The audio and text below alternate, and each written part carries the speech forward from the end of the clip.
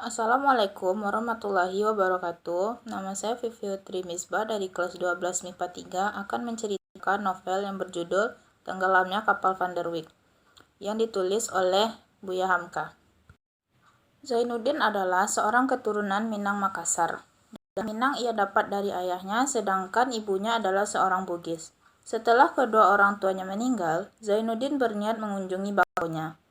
Melihat keinginan yang kuat, tak ada alasan bagi pengasuhnya untuk tidak memberi izin. Batipuh, di sanalah Zainuddin menuju. Di sana ia tinggal dengan mak tuonya, sehari-hari ia belajar ilmu agama dan adat dari para tetua. Hingga suatu hari ia bertemu dengan Hayati.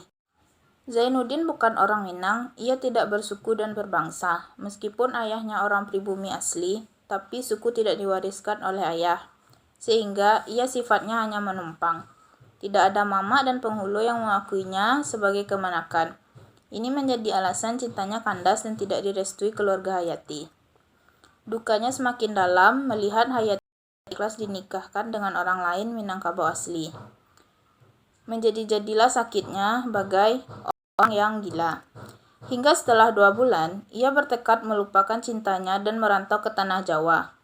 Tempat di mana ia menjadi orang besar dan dihargai. Tidak ada lagi Zainuddin, ia telah lahir kembali menjadi Sabir, artinya orang yang bersabar.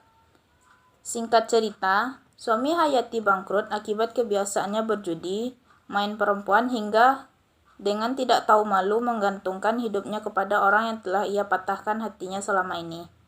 Namun Zainuddin, atau yang lebih dikenal dengan nama Tuan Sabir, menerima Hayati dan suaminya tinggal di rumahnya. Ia sabar dan berlapang hati. Hingga suatu hari, Hayati menerima surat cerai dari suaminya. Zainuddin masih berlapang hati mengongkosi Hayati untuk pulang ke Minang. Meskipun Hayati tetap ingin hidup bersama Zainuddin dan berharap cintanya akan bersambung kembali, namun Zainuddin menolak. Hayati dipulangkan dengan kapal Van der Wijk dari Surabaya. Namun naas kapalnya karam dan itu mengakhiri hidup Hayati. Hal itu kemudian menjadi pukulan yang telak bagi Zainuddin akibat keegoisannya. Yang pertama, nilai-nilai sosial terkait dengan nilai material. Segala sesuatu berguna bagi unsur jasmani manusia, misalkan rasa kagum atau perasaan terhadap sesuatu. Seperti kekaguman Zainuddin melihat kecantikan Hayati saat pertama kali bertemu, serta Aziz yang juga memuji kecantikan Hayati. Yang kedua, nilai sosial terkait dengan nilai-nilai vital. Segala sesuatu yang dilakukan manusia untuk mengadakan kegiatan atau aktivitas baik secara berkelompok maupun individu.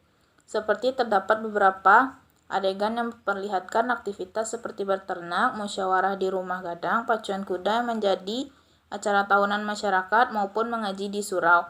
Aktivitas yang dilakukan masyarakat tersebut dilakukan baik secara individu maupun berkelompok. Yang ketiga, nilai sosial dengan nilai kebenaran. Nilai kebenaran merupakan kenyataan yang bersumber pada unsur akal manusia. 4. Nilai sosial terkait dengan keindahan, berupa nilai yang bersumber pada perasaan. Nilai keindahan yang seperti rasa cinta Zainuddin yang begitu besar terhadap Hayati, rasa persahabatan, solidaritas, jiwa bersih, kesabaran dan keikhlasan seorang laki-laki yang terusir dari tanah kelahiran ayahnya, serta kebencian datuk kepada Zainuddin yang dianggap merusak tradisi dan adat. Yang kelima, nilai sosial terikat nilai kasih sayang. Kasih sayang seorang anak kepada orang tuanya yang telah meninggal, kasih sayang dalam persahabatan, kasih sayang pertemanan, dan kasih sayang mama kepada kemenakannya. Nilai budaya yang terkandung dalam novel menggambarkan latar adat Minangkabau, adat istiadat yang sangat dijaga dan dijunjung tinggi dalam kehidupan sehari-hari, sehingga tidak ada yang boleh merusak tradisi, kelembagaan dan keaslian orang Minangkabau serta mempermalukan atau mencoreng nama datuk dan nenek mama. Nilai-nilai sosial dan budaya. Nilai-nilai sosial dan budaya yang memiliki spesifik dan kekhasan budaya Minangkabau. Seorang wanita Minang mampu menahan hasrat cinta karena dia menghargai adat istiadat yang ada. Pada sisi lain, seorang pemuda dalam novel tersebut mampu melihatkan sikapnya ramah dan baik kepada orang yang telah mengecewakan diri.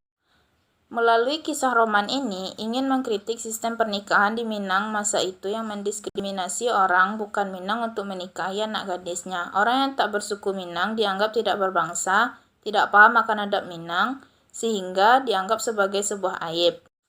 Amanat yang terdapat dalam novel Tenggelamnya Kapal Van der Weyck karya Hamka. Jika cinta itu tulus dari hati yang sebenarnya, maka cinta itu tidak perlu memaksakan untuk dimiliki. Cinta tak sampai seharusnya bukan akhir dari segalanya. Jangan memelihara dendam kepada orang lain. Interpretasi dalam kehidupan sekarang. Yang pertama, pada zaman sekarang, sebagian orang masih melakukan aktivitas seperti beternak, musyawarah di rumah gadang, dan pacuan kuda. Aktivitas itu dilakukan baik secara individu maupun berkelompok. Yang kedua, adat istiadat yang sangat dijaga dan dijunjung tinggi dalam kehidupan sehari-hari, sehingga tidak ada yang boleh merusak tradisi. Sekian dari saya. Assalamualaikum warahmatullahi wabarakatuh.